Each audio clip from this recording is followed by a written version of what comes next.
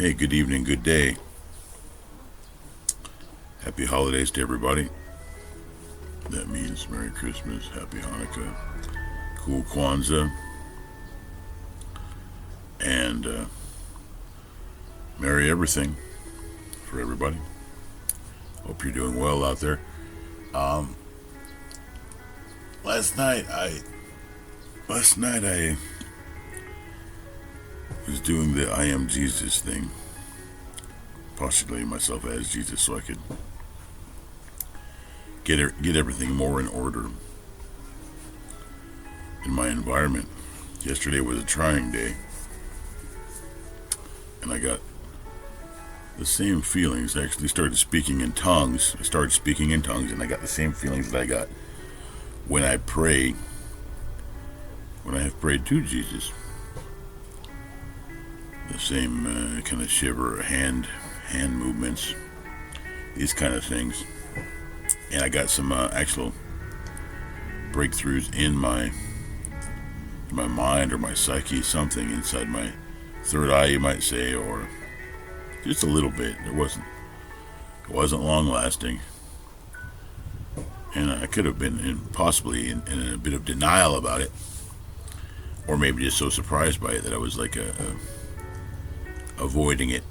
It was a little bit different than I'd felt before, and I was thinking about what Neville has gone through.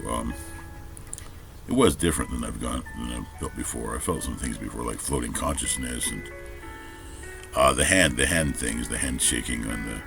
It's like a hand movement thing I get when I pray sometimes, or when I was actually just doing running energy in my body, or doing I ams. But I also started speaking in tongues like I used to do when I was in the Pentecostal church when I was about 16. My brother-in-law had joined the Pentecostal church, Apostolic Pentecostal, which is very different than our normal lifestyle, because he was a biker and I was a rowdy teenager. And I'd gone with him, and my sister had nothing to do with it. That was her husband at the time, and that's actually what split them apart. But I'd gone with him for a few months.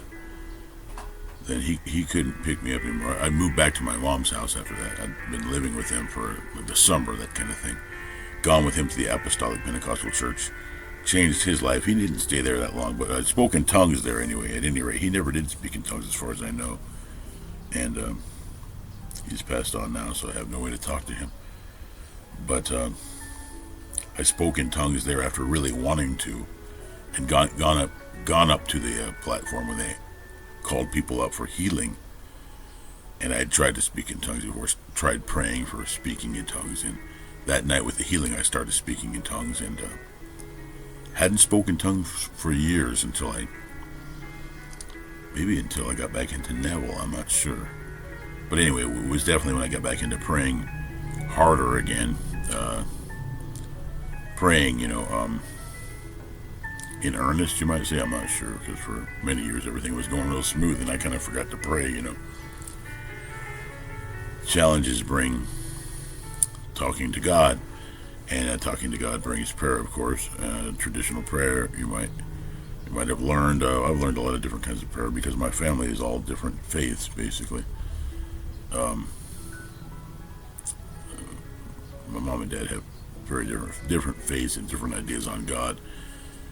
And not growing up with my dad, I saw my dad when I was 4, till I was 4, and then I didn't see him anymore. But he'd take me to the church, and my mom never really took me to the church until I started talking about Dad's church, and then she said, "No, you're not that. You're this."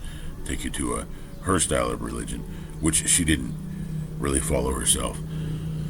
At any rate, the Pentecostal thing came later when I was about 14, maybe. Maybe I was 15, 16. And I was going up there for an injury that had happened to me when I was 14. Started speaking in tongues, and anyway, last night I was speaking in tongues again, which was kind of surprising when I was doing the I Am Jesus meditations. I Am Jesus affirmations, actually. And there you go. This morning, when I woke up, I had a feeling or fleeting thought of my ex, and she had gotten into trouble somehow. Before I met her, this had happened, and I don't know what's going on with her now, but maybe I'll talk to her sometime. And then my present lady, the fleeting thought of arguing with her, which is what happened yesterday. And somehow I got to get past that ego and not argue with her. I said, why are we arguing, It's my ego that gives in and allows the arguing to take place. If I was completely secure, I would just say, I'm not going to argue. Actually, I did go outside after the argument. I'm just like, I'm not going to argue no more. I'm going outside. She's still going on, and that's life. Today, I love her very much, I'm going to talk today about Neville Goddard money affirmations, and I got these affirmations, Neville Goddard money quotes, you might say. These affirmations are on a site called Apply the Law of Attraction. What is this site's name? I can't see it because it's kind of hidden.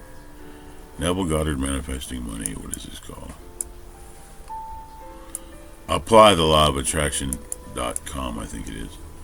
Yep, Apply the Law of Attraction.com. So I want to give a shout out to Apply the Law of Attraction.com.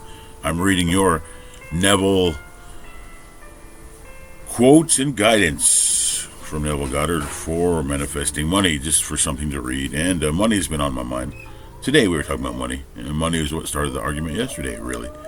It's always more money. I'd like to have enough money to give to everybody that needed money, and plenty of people need money, including me, to give. The last 2 years I've been blessed to always have enough, and have enough food and everything we need, and things we want. But, to have more would, again, be a great blessing.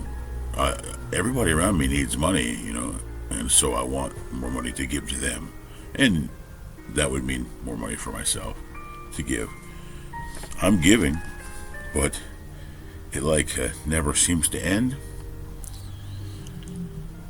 So the hack is, let's go through that hack that I did before. The hack is having a house full of money.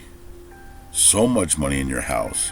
I hadn't thought about this hack. So much money in your house you cannot walk, and you have to give it away in order to move in your house. Like our house right now has too many clothes.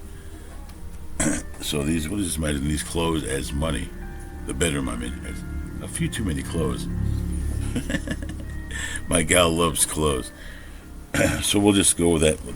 Let's see, we have a house full of money, keeps filling up with money, and there's so much money you cannot move well. So you're throwing the money out the window, saying, neighbors, come get this money. Neighbors, come get this money.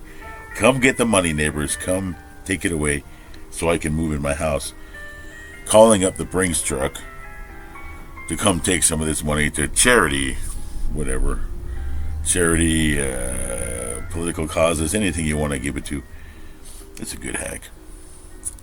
So much money you cannot move. Getting a snow shovel and shoveling that. Neighbors, come grab this money. Get it out of the house, please. I have too much. Let's blow into that feeling for a little bit. So much money. Let's get on with the Neville quotes. Neville Goddard is widely considered one of the greatest law of attraction teachers of all time. I'm reading from this website, lawofattraction.com. Apply the law of attraction.com. Once again, shout out to them. All these quotes and words are coming from them. Let's start with a Neville quote. As I have said repeatedly, everything depends upon our attitude towards ourselves. That which we will not affirm as true of ourselves cannot develop in our life. Dr. Millikan wrote his dreams of greatness and security in the first person present tense. He did not say, I will be great. I will be secure, for that would have implied that he was not great and not insecure. Instead, he made his future dream a present fact. I have, said he, a lavish, steady, dependable income, consistent with integrity and mutual benefit.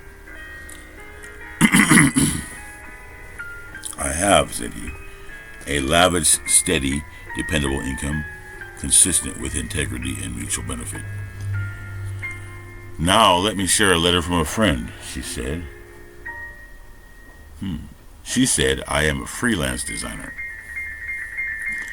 I never seek work, but as I sit at home and imagine I am working, they call.